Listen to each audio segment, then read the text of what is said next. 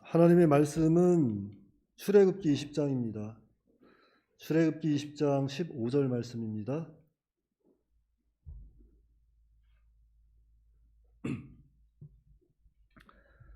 출애굽기 20장 15절 말씀 다 같이 한 목소리로 합독하겠습니다. 시작. 도적질하지 말라. 오늘 말씀의 제목은 제8계명 도적질하지 말라입니다. 도적질하지 말라. 아까 전에 지수 청년이 기도했다시피 어제 우리가 온라인 수련회를 했습니다. 어제 온라인 수련회를 해서 참 목사님도 되게 기뻐하시고 아까 전에도 물어보시더라고요. 어떻게 됐느냐. 그래서 어제 한 18명 정도. 아무튼 임원 빼고 아무튼 많이 참석했으면 좋았을 텐데 그래도 뭐 참석해서 시작했다는 게 너무나도 중요하고 참 즐거웠던 것 같아요. 근데 어제 1등 누가 했는지 알아요? 혹시 1등? 어제 김마리 청년이 580점으로 1등 했습니다. 근데 마리 청년은 자기 점수가 570점인지 알았나 봐요. 그렇죠? 근데 580점이었어요. 우리 임원들이 했을 때는. 그래서 어제 치킨을 받아갖고 또 어저께 참여하신 분들은 다 배민 1만 원권 상품권을 또 받아갔습니다. 그러니까 여러분들도 또 남은 토요일 날 돌아오는 토요일 날 9시에 기도회로 모이는데 또 모여서 그때도 뭐 선물 있어요? 은혜가 있답니다. 은혜가 있답니다. 네. 아무튼 열심히 다 참여하면은 하나님이 은혜 주세요. 너무 고생 많이 했고 정말 강사님도 되게 참여하고 싶어서 옆에서 이렇게 구경을 했는데 문제가 너무 어려워. 강사님 전혀 모르는 것들만 막 나오는 거예요. 그래서 너무너무 은혜스러웠고 즐거웠던 것 같은데 힘들었던 것 같은데 우리 임원들 좀 더 힘내고 또 임원들 위해서 또 기도해 주시고 청년을 위해서 기도해 주시기 바랍니다. 자, 오늘은 도적질하지 말라 제8계명입니다. 자, 도적질이 뭘까요? 자신에게 속하지 아니한 것, 자신에게 속하지 아니한 것을 임의로 취하는 것을 도적질이라고 합니다. 그래서 남의 물건을 허락도 없이 가져다가 자기 물건인 것처럼 이렇게 사용한다는 것, 그것이 도적질이에요. 그러면 도적질을 왜 합니까? 남의 물건이 귀하게 여기지 않아서 도적질을 하는 거예요. 남의 물건을 귀하게 여기지 아니하고 귀하게 생각하지 않기 때문에 도적질을 하는 겁니다. 그래서 제8계명이 뜻하는 바는 하나님께서 각 개인에게 허락하신 소유는 다 귀하고 거룩하다 하는 것입니다. 하나님께서 각 개인에게 허락하신 그 소유는 다 귀하고 거룩한 것이다. 왜 그런가 하면 하나님께서 각 개인에게 허락하셨기 때문에 그런 거예요. 그것을 가지고 하나님께서 각 개인에게 사용하라고 허락하셨기 때문에 또 하나님의 또 뜻이기 때문에 다 귀한 거예요. 그런데 우리가 여기서 먼저 기억해야 될 것은 각 개인의 재산을 인정을 하는데 그런데 그것을 가지고 가끔 성경이 무슨 공산주의인 것처럼 이렇게 말하는 사람들이 있습니다. 왜 그런가 하면 사도행전 2장 한번 보실까요?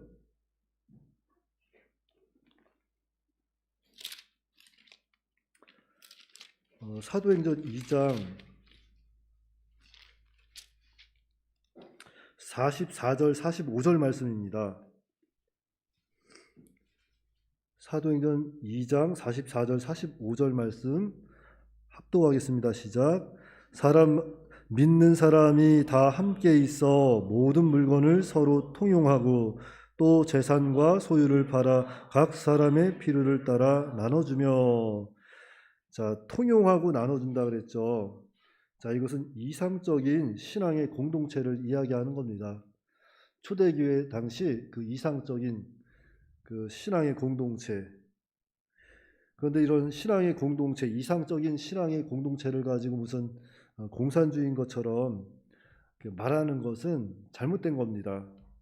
성경은 개인의 사유재산을 분명히 인정하고 있다. 그래서 우리는 기억해야 합니다. 그런데 여기서 또 한 가지 우리가 기억해야 할 것은, 성경은 개인의 사유재산을 인정하지만 그 재산이 영원히 그의 소유, 자기 것은 아니라는 것을 또 우리에게 말씀하고 있습니다. 그러니까 내게 있는 물질, 영원히 나의 것은 아니다. 하나님이 나에게 맡겨주신 것이다.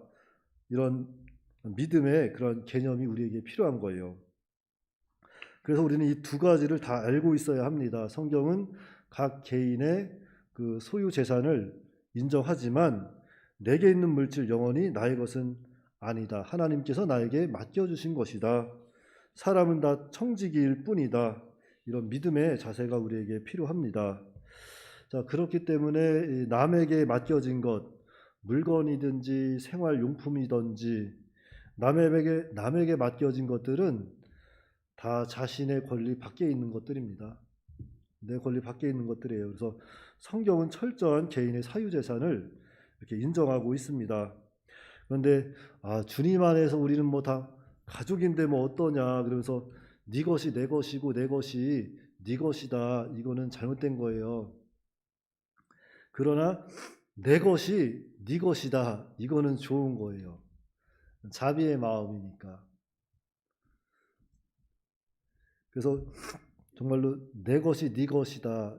이런 것은 정말로 우리가 자비의 마음, 긍휼의 마음이기 때문에 믿음으로 사용하면 돼요. 각자의 그 믿음으로. 하지만 내 것도 네 것이고 네 것도 내 것이다. 이것은 잘못된 거예요. 그래서 교회 안에서 너무 인색한 거 아니냐 하면서 우리 교회에서 같은 가족끼리 이러면 좀 나눠 쓰고 그래야지 하면서 막 스멀스멀 들어와서 뭐 하나 막 가져가려고 하고 그러면은 참 잘못된 겁니다. 그러나 내가 믿음으로 나눠주는 것들, 내가 믿음으로 하는 것들, 그런 것들은 하나님께 또 자비의 마음이니까 그건 좋은 마음입니다. 그렇지만 남에게 준 그 하나님의 권리를 자기 권리처럼 사용하면 그것은 잘못된 것이다. 그건 잘못된 믿음의 적용입니다. 내 것이 귀하고 소중하면 남의 것도 귀하고 소중한 겁니다. 그래서 제8계명이 우리에게 교훈하는 것은 남의 소유를 소중히 여기라는 거예요. 남의 소유를 소중하게 여기라. 남의 권리를 가지고 내 것처럼 사용하면 안 된다. 그래서 공공물건도 마찬가지입니다. 공공물건도 우리가 소중하게 다뤄야 돼요. 교회 공공물건도 그렇고 사회에 속한 공공물건들도 우리가 소중히 다루어야 합니다. 자, 예를 들자면 이거는 우리 청년들도 잘 알아두면 좋은데 교회 김치 내 것입니까? 교회 겁니까? 교회 김치 가지고 내 것인 것처럼 막 인심 쓰고 그러면 안 돼요. 교회 무슨 식용유나 무슨 참기름 안에 잠깐 쓰고 갖다 놔야지 이러는 거 안 됩니다. 그럼 분별할 줄 알아야 돼요. 선을 그을 줄 알아야 돼요. 특히 교회 프린트라든지 이런 마이크 하나하나도 우리가 소중히 다뤄야 돼요. 하나님께서 우리에게 사용하라고 허락하신 물건들이지 자기 개인의 것이 아니에요. 우리가 사회에 나갔을 때도 공공질서를 또 잘 지켜야 합니다. 사회에서 이렇게 공적으로 사용하게 한 것들 우리가 또 잘 보존하고 후대들에게 또 물려줄 그런 의무도 있어요. 그러니까 교회에서뿐만 아니라 사회에서도 공적인 물건들은 우리가 또 잘 다루어야 합니다. 자, 그리고 또 빌린 돈 있죠. 빌린 돈 어떻게 해야 돼요? 갚아야죠. 갚아야 됩니다. 뭐 믿음의 형제에게 안 빌리면 더욱 좋겠지만 혹여라도 빌렸으면 더 빨리 갚아야 돼요. 그런데 돈을 빌려가고 나서 돈 안 갚고 아무 교회에서 같은 형제끼리 왜 그러냐, 이거 너무 인색한 거 아니냐, 그래서 돈을 자꾸 안 갚고 자꾸 그러면은 그것은 잘못된 거예요. 그런 마음은 잘못된 겁니다. 제가 먼저 앞에 있던 교회에서 그런 일이 있었어요. 어느 집사님이 어느 집사님한테 돈을 빌린 거예요. 돈을 빌렸는데 500만 원을 빌렸대요. 한 20년 전에. 근데 20년이 지나도록 돈을 안 갚는 거예요. 근데 연보도 잘하고 자기 쓸 거 다 쓰면서 안 갚는다고 어느 날 저한테 고민을 털어놓더라고요. 내가 그 집사님 뒤에서 예배를 보는데 뒤통수를 볼 때마다 은혜가 떨어진다. 죽겠다는 거예요. 자기 쓸 거 다 쓰고 연보할 거 다 하면서 왜 내 돈만 안 갚냐. 그래가지고 우연치 않게 또 그 집사님이 그 집사님 빌려 쓰신 분이 먼저 나한테 이제 그분에 대해서 얘기하면서 돈 안 갚는다고 나한테 뭐라 그런다고 또 말씀을 하시더라고요. 그래서 그런 얘기를 했죠. 성경에도 보면은 믿는 형제에게 돈을 안 갚는 게 좋겠지만 빌렸으면 그 즉시 빨리 갚는 게 그게 성경적인 이야기, 성경이다. 그래서 그런 얘기를 했어요. 혹여라도 500만 원 당장에 사실 큰 돈이죠. 큰 돈이잖아요. 한 번에 갚을 수 없으면 10,000원씩이라도 갚아라, 한 달에. 아니면 5만 원씩이라도 갚아라. 그리고 자녀들 다 일 다니고 있지 않느냐. 자녀들한테라도 얘기해서 빨리 갚을 수 있도록 해야지. 그걸 자꾸 안 갚으면 어떻게 하느냐. 그것도 한 교회에서, 그것도 20년이 지나도록. 그랬더만 어떻게 권고를 잘 받으셨는지 그 다음 달부터 5만 원씩 통장에 넣어주신다고 하더라고요. 그러더니 한 1년 조금 넘게 봤더니 그분이 또 감동이 오셨네요. 그걸 받다가 에휴, 이만하면 됐지 뭘 그걸 다 받을까, 나도 그냥 살면 되지 하면서 그분한테 연락해서 이제 그만 됐다고, 안 갚아도 된다고. 얼마나 좋아요. 교회 안에서 그렇게 해야지. 그러니까 교회 안에서 무엇보다도 돈 빌리는 거 이런 거 좀 안 하는 게 좋고, 만약에 돈 빌려줄 것 같으면 내가 허용할 수 있는 금액 안에서 그냥 준다 생각하고 빌려주는 건 좋은 것 같아요. 그러니까 내 손에서 떠나는 것은 무엇이다? 내 것이 아니다. 그 사람에게 주는 거다. 그래서 저도 성경을 배우면서 그런 마인드를 가졌어요. 지난번에도 누군가가 저한테 1,000만 원을 좀 빌려달라고 하더라고요. 저 돈도 없는데. 저 돈 많게 생겼나 봐요. 그렇죠? 참, 돈 많게 생겨도 참 걱정이야. 뭐 좀 주고 싶은데 줄 게 없으니까. 그래서 이렇게 보니까 한 30만 원이 되더라고요. 그래서 내가 그러면 30만 원 그냥 줄 테니까 1,000만 원 없던 걸로 하면 안 돼요. 그랬더니 됐다는 거야. 참 어리석은 사람이죠. 30만 원이 어디야. 그거라도 감사하다고 좀 받으면은 쓸 거 아니에요. 내가 갚으려는 것도 아니고. 그렇습니다. 그러니까 여러분들도 그게 좋은 것 같아요. 우리 다 가족이잖아요. 옆에 사람들 다 한번 봐봐요. 가족이에요, 남이에요? 다 가족이잖아요. 가족이니까 어려운 일 당하면은 조금씩 모아서 도와주면 돼요. 그리고 살지 뭘 그렇게 그리고 살아요. 그쵸? 나누면서 도우면서 살다 보면은 천국 가면은 나눠준 만큼 또 상급이 쌓이는 거니까. 아무튼 중요한 건 돈 빌렸으면 어떻게 하라? 빨리 갚아라. 빌려줬으면 무슨 생각해라?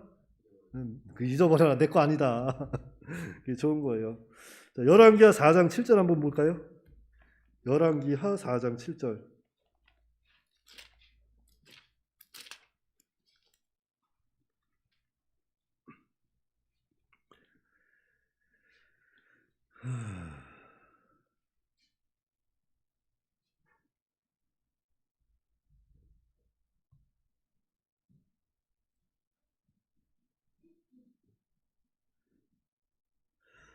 열왕기하 4장 7절. 자, 7절 한 목소리로 합독합시다. 시작. 그 여인이 하나님의 사람에게 나아가서 말하니 그가 이르되 너는 가서 기름을 팔아 빚을 갚고 남은 것으로 너와 내 두 아들을 생활하라 하였더라. 자, 정말 가난하다 못해 엄청나게 가난한 여인이 있습니다. 이 사람은 상상 이상으로 가난한 사람이에요. 그래서 이제 밀가루 한 줌 남은 거 가지고선 그냥 자녀들하고 먹고 그냥 죽을 생각하는 사람들입니다. 정말 가난한 사람이에요. 그런데 그 엘리사를 통해서 하나님이 기적을 베풀어 주셨습니다. 빈 그릇에 기름이 다 차는 기적이 일어났어요.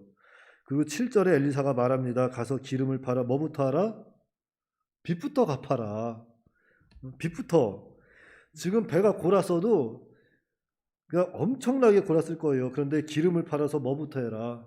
빚부터 갚아라. 그런 다음에 남은 것으로 당신의 아들들과 생활해라. 이것이 하나님의 교훈입니다. 그러니까 남한테 빚진 것 있으면 그것부터 먼저 갚아야 돼요. 남의 소유를 소중히 생각해야 합니다. 그리고 조금 더 깊이 들어가서 보면은 하나님이 맡겨주신 것 자기 것으로 삼으면 안 된다. 물론 내게 주신 소유 그에 대한 권리가 이 세상에서는 나에게 있어요. 이 세상에서는 나에게 있습니다. 그러나 근본적으로는 하나님이 주신 거기 때문에 내 것이지만 내 것으로 삼으면 안 된다는 거예요. 그러니까 모든 것은 하나님이 주신 것인데 그것을 가지고 내 마음대로, 내 뜻대로, 내 생각대로, 내 자율적으로 믿음 없이 쓰는 것은 잘못된다는 겁니다. 그러니까 믿음 없이 쓰는 일이 있어서는 안 된다는 거예요. 자, 교단을 창설하신 그 이 목사님께서도 물질에 대해서 늘 우리에게 정말 귀에 딱지가 않도록 이렇게 말씀하시고 가르쳐 주신 말씀이 있는데, 자, 그것이 무엇인가 하면은 물질이 있으면 먼저 먹고 사는 일에 사용하고 그 다음에 믿는 일에 사용해라 그랬습니다. 하나님께서 물질을 맡겨주시면 먼저는 먹고 사는 일에 사용하고 그 다음에 믿는 일에 사용해라 그랬어요. 그런데 성경에 보니까 오늘 특별히 이렇게 하나님이 도적이라고 또 쓰신 구절이 있죠. 말라기에. 말라기 3장 한번 보실까요? 말라기 3장 8절 10절 말씀입니다. 말라기 3장 8절부터 10절까지 말씀 다 같이요. 시작. 사람이 어찌 하나님의 것을 도둑질하겠느냐. 그러나 너희는 나의 것을 도둑질하고도 말하기를 우리가 어떻게 주의 것을 도둑질하였나이까 하는도다. 이는 곧 11조와 헌물이라. 너희 곧 온 나라가 나의 것을 도둑질하였으므로 너희가 저주를 받았느니라. 만군의 여호와가 이르노라. 너희의 온전한 11조를 창고에 들여 나의 집에 양식이 있게 하고 그것으로 나를 시험하여 내가 하늘 문을 열고 너희에게 복을 쌓을 곳이 없도록 붙지 아니하나 보라. 하나님 말씀입니다.